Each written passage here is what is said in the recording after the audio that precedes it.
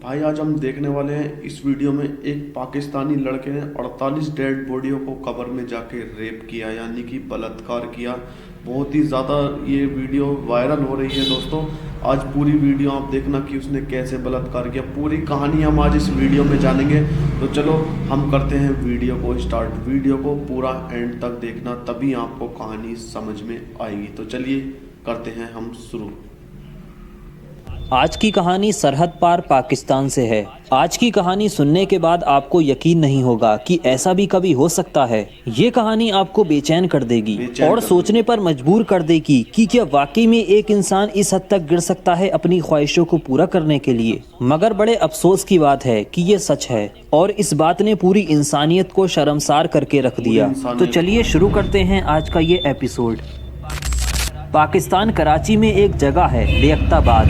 31 अक्टूबर 2011 को शाम के वक्त अंधेरा हो चुका था और कब्रिस्तान में काम करने वाले लोग वहीं बाहर एक जगह बैठकर कुछ बातचीत कर रहे थे। अचानक से एक आदमी जो कि वहीं काम करता था चीखता हुआ बदहवास कब्रिस्तान के अंदर से भागता हुआ उनके पास पहुंचता है। उसका पूरा शरीर कांप रहा था और वो इतना डरा हुआ था कि उससे कुछ बोला भी नहीं जा रहा था। बस वो बार बार कब्रिस्तान की तरफ इशारा कर रहा था। तो उन्हें लगा कि शायद कब्रिस्तान के अंदर कुछ गड़बड़ है। उस आदमी की ऐसी हालत देखकर उन लोगों की भी हवा खराब होने लगती है, क्योंकि एक तो कब्रिस्तान, ऊपर से रात का वक्त। मगर वो सब लोग इकट्ठा होकर अंदर जाने का फैसला करते हैं और उस आदमी को भी अपने साथ अंदर ले जाते हैं। फिर वो डरते डरते किसी तरह उस आदमी के इशारों पर उस जगह पहुंच जाते हैं और वहां पहुंचने के बाद उन लोगों के भी होश उड़ जाते हैं। वो देखते हैं कि एक कब्र का एक तरफ का हिस्सा खुला हुआ है और लाश के ऊपर जो पत्थर का स्लैब था वो हटा हुआ है।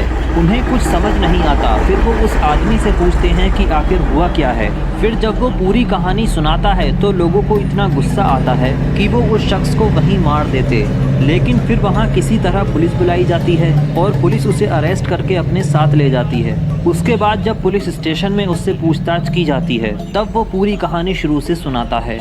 दरअसल उस शख्स का नाम था मोहम्मद रियाज। वो पाकिस्तान के पंजाब प्रांत की एक जगह सरगोधा का रहने वाला था। सरगोधा से कुछ साल पहले वो रोजी रोटी की तलाश में कराची पहुंचता है। उसके बाद वो इधर उधर घूमता है नौकरी की तलाश में। कभी कहीं छोटा मोटा काम कर लेता तो कभी कहीं मजदूरी का काम कर लेता था, पर कोई टिकाऊ नौकरी उसे नहीं मिल रही थी। उसके बाद वो कुछ दिन ऐसे ही गुजारता है।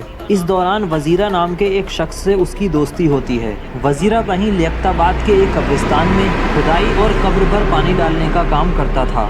तो वजीरा से मिलने के बाद रियाज उसे अपनी परेशानियों के बारे में बताता है। तो वजीरा उसे अपने साथ कब्रिस्तान में ही काम दिलवा देता है। फिर रियाज उसी कब्रिस्तान में एक जगह टिककर नौकरी करने लगता है।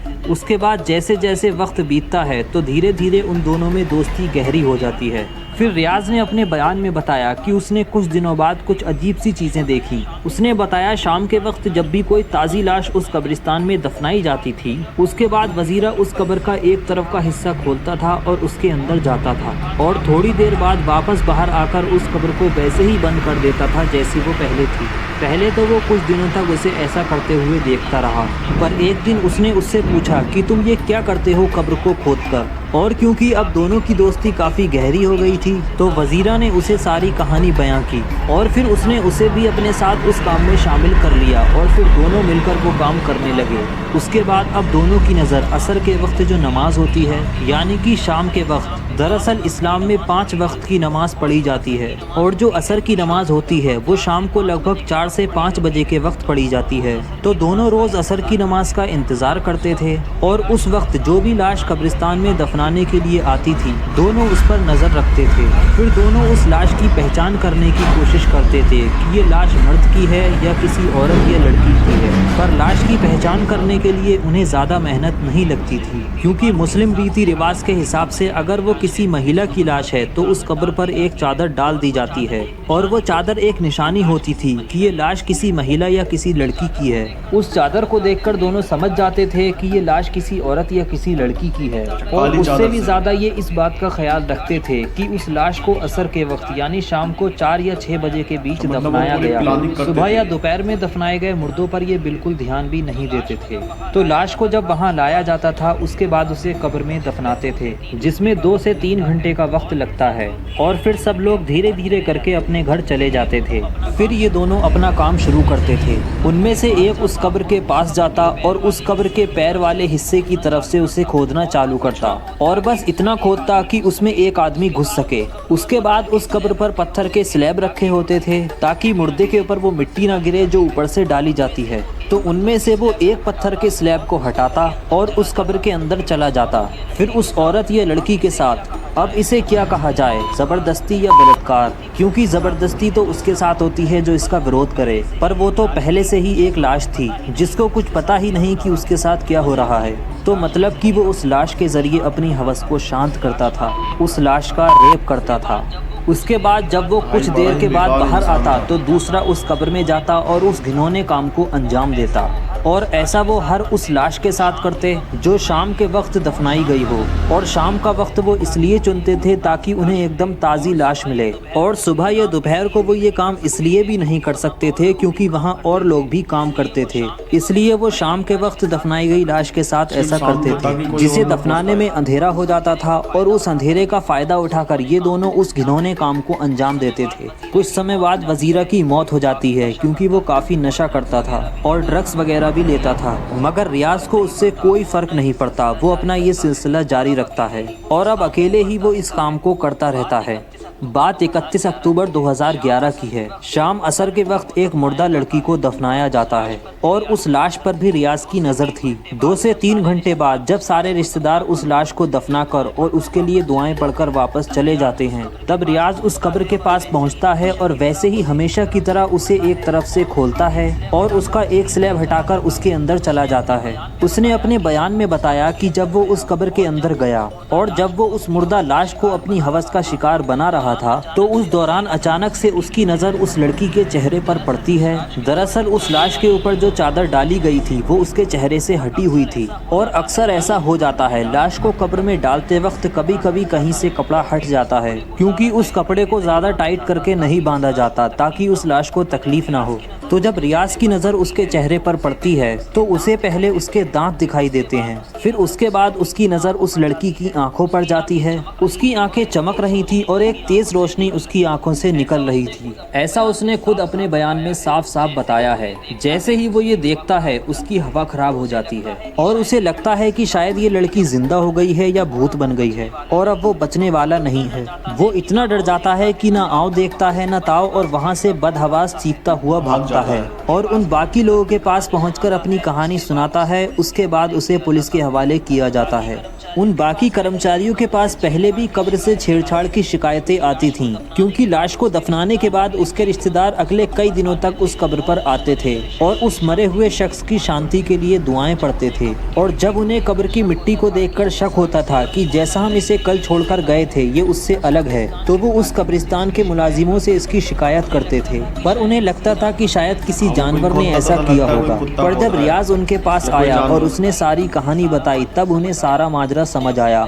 उसने अपने बयान में कबूल किया कि उसने 48 महिलाओं के साथ कब्र में उतरकर बलात्कार किया है और उसने ये पिछले 1.5 से 2 साल के अंदर किया। कितने मुर्दों के साथ ये कर चुके हो? ये 48 साथ हो गया। 48 जितने भी बेकार लोग पड़े हैं। उसके बाद जब ये खबर मीडिया द्वारा पब्लिक में आती है तो पूरे पाकिस्तान में आग की तरह फैलती है और पूरे पाकिस्तान में कोहराम मच जाता है और सभी चाहते थे कि उस गुनहगार को मौत की सजा मिले। फिर पुलिस अपने साथ उसे कब्रिस्तान में भी ले गई और वो सब लोग भी वहाँ पहुँचे जिन्होंने पिछले 1.5 से 2 साल में कोई महिला लाश को वहाँ दफनाया था। और फिर उसकी निशानदेही पर उन कब्रों की पहचान की गई जिसके साथ उसने ये घिनौना काम किया था। हर वो इंसान अपने कलेजे पर पत्थर रखकर बैठा था कि कहीं वो उस कब्र की तरफ इशारा न कर दे जिसमें उनके अपने दफनाए गए हों। और सोचिए जब वो उन कब्रों की पहचान करता होगा तो उन लोगों पर क्या बीतती होगी जब उन्हें पता चलता होगा कि इसमें उनका कोई अपना दफन है।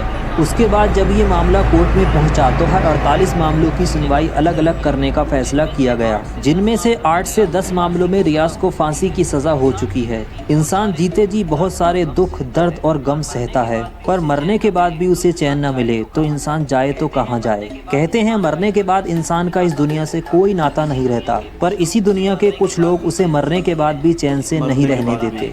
पर पता है हैरानी की बात क्या है? हैरानी की बात यह है कि रियाज आज भी जिंदा है और आज भी पाकिस्तान की जेल में सड़ रहा है। और आज भी हर एक पाकिस्तानी रियाज की फांसी का इंतज़ार कर रहा है, क्योंकि बाकी के मामले अभी भी कोर्ट में हैं और उनका फैसला आना बाकी है, पर उम्मीद है उसे जल्द ही फांसी होगी। तो दोस्तों, ये थी आज की कहानी। आपकी इस पर क्या राय है, अपनी राय कमेंट बॉक्स में ज़रूर दें। वीडियो पसंद आई हो तो वीडियो को लाइक करें और ऐसी वीडियो। तो भाई आप ऐसे लोगों के बारे में क्या कहना चाहोगे, मुझे कमेंट्स करके बताओ। और कोई ऐसा इंसान इतना घटिया भी हो सकता है, मैंने तो कभी सोचा ही नहीं था। मेरे आंखों के सामने ये वीडियो आई तब मैंने आप लोगों को दिखाया कि सच में ऐसे लोग होते हैं।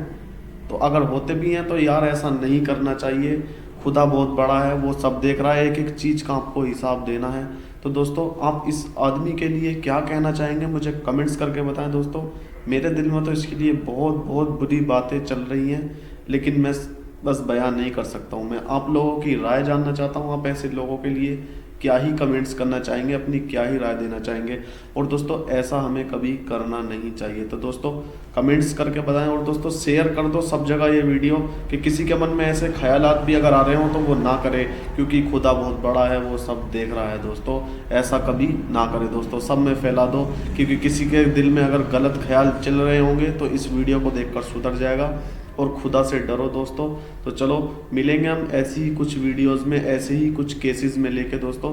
तो तब तक के लिए आप बने रहिए इस चैनल पे। ये मेरा नहीं, आप ही लोगों का चैनल है, तो सब्सक्राइब करना ना भूलें।